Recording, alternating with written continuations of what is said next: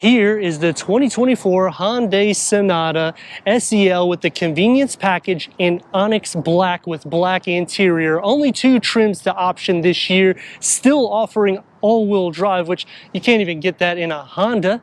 And when you go inline, you're getting a sport-tuned suspension. I'm Anthony from Hawkeye Rides, and I'm going to touch bases on some pros and cons, the problem that I have with the refreshed Sonata, and of course, the rivals. Starting up front is standard LED headlights, daytime runnings that spin across the whole hood, which it's not going to spin upwards. It looks a little bit more futuristic, a bit more tech driven. When you go inline, the lower bumper is going to be more aggressive. The turn signals will be integrated into the fenders. The SEL gloss black mesh grille on the lower with the satin aluminum that's going to brush over it and getting 5.3 inches of clearance. Both vehicles will have the same 2.5 liter four-cylinder. But this is not going to have a turbo. It receives 191 horsepower and 181 pound-feet of torque. Another difference is we're getting an 8-speed automatic transmission instead of a dual wet clutch automatic transmission.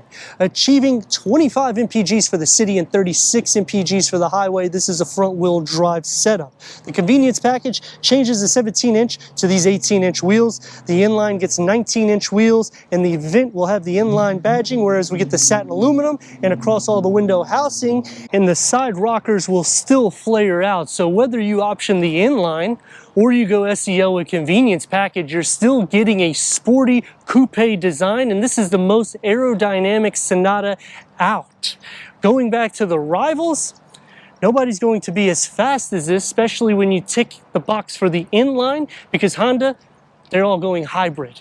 Here, you can get the savings in gas, or you can get a sports sedan. And going into Toyota, it's going to be the same thing, because the refresh for 25, hybrid engine. Nissan doesn't even offer something as long as this vehicle. It's a little bit more compact, and they're discontinuing that vehicle as well.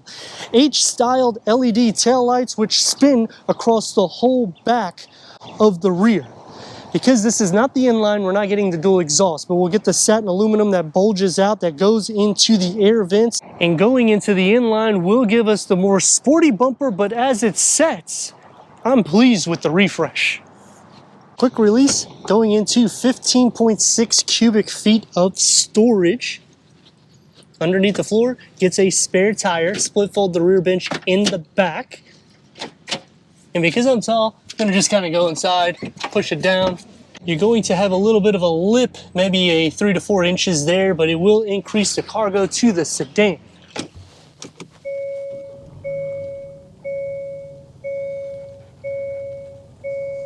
Standard 10-way power seat adjustment and heated front seats with cloth seat upholstery and manual seat adjustment for the passenger.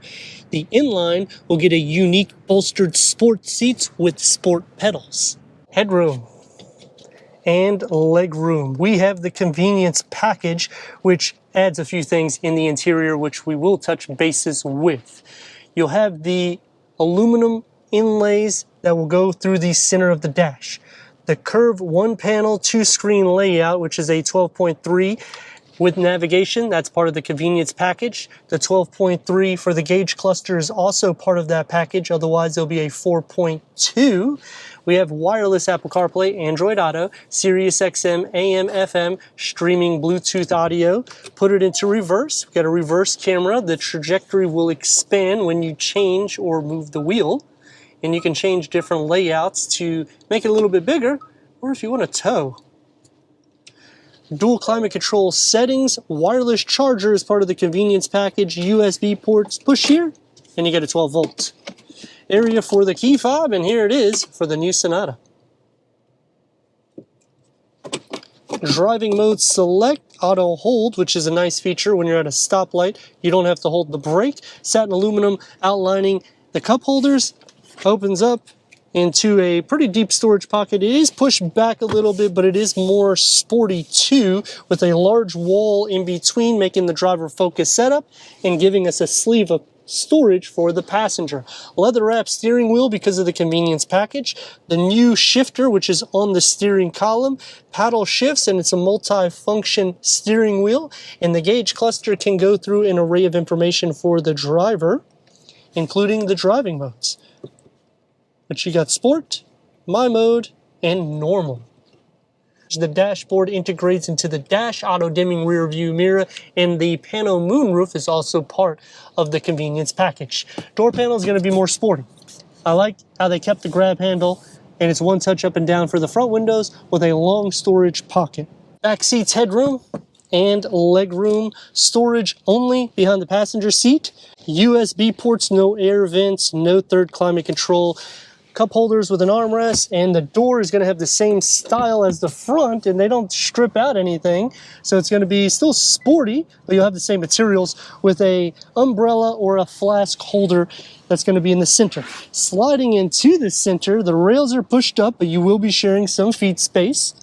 Butt, shoulder, and leg space, a little bit more so if the seat is pushed back, and headroom is going to be a little bit more tight unless I slide down, in which legroom starts getting a little bit more compromised for anyone that's over 6 foot tall. Now we have the inline, we've already reviewed it, and you're talking 290 horsepower, dual wet clutch automatic transmission. This is an 8-speed automatic transmission. You're getting 191 horsepower, 181 pound-feet of torque. We have it in sport mode. The convenience package makes it feel similar to an inline. The major difference really is the seat bolstering, it's going to be a little bit more sporty, whereas this is going to be a little bit more for the everyday use. You sit up high, which I'm not a huge fan of that with the sporty styles for these sedans. I like to sit down, but let's check out the performance.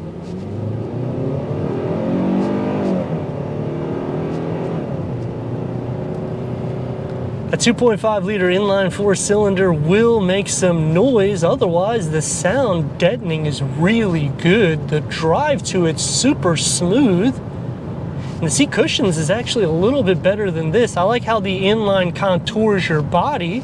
And as for steering, it's pretty light. It has a little bit of weight to it, which I appreciate. Braking hard, you can go through the windscreen. Turn radius is about 2 lanes. More of the everyday drive.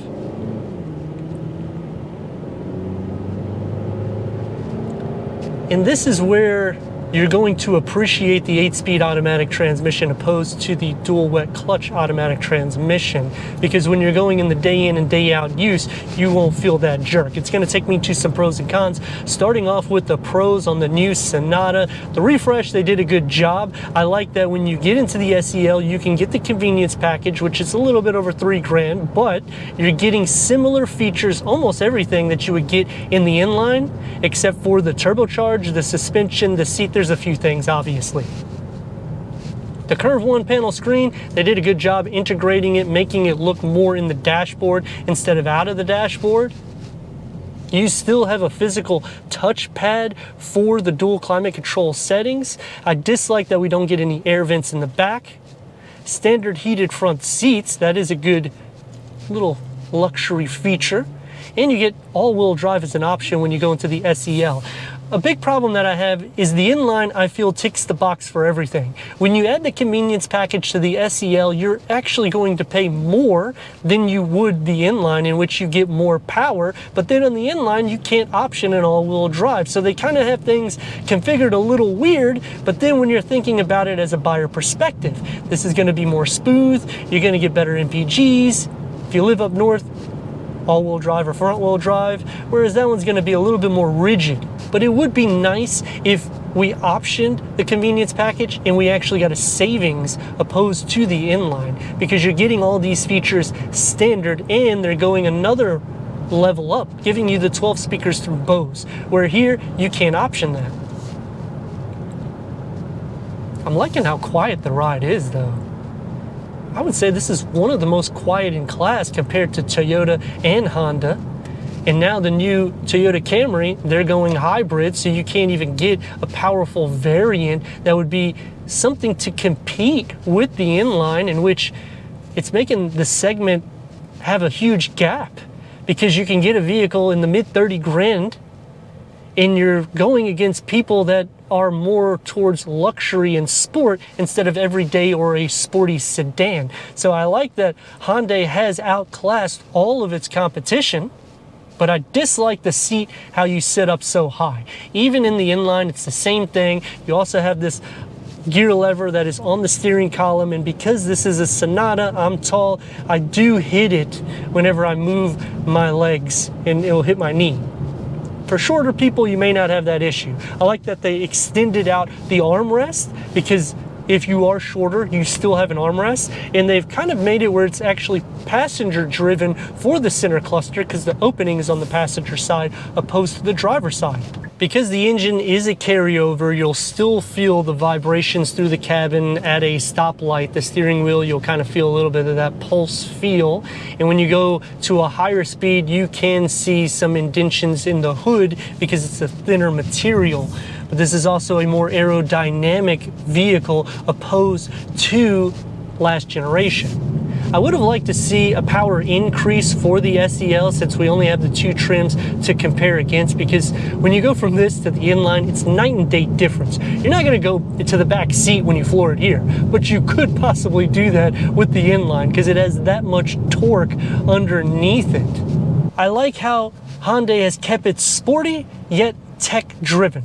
But let me know your thoughts in the comments, and if you're new to the channel, consider subscribing. Check out the next video, merchandise, website, and Instagram. Leave a comment and a like, and I'd like to thank Gettle Hyundai of Lakewood for giving us this 2024 Hyundai Sonata SEL with the convenience package for our car review.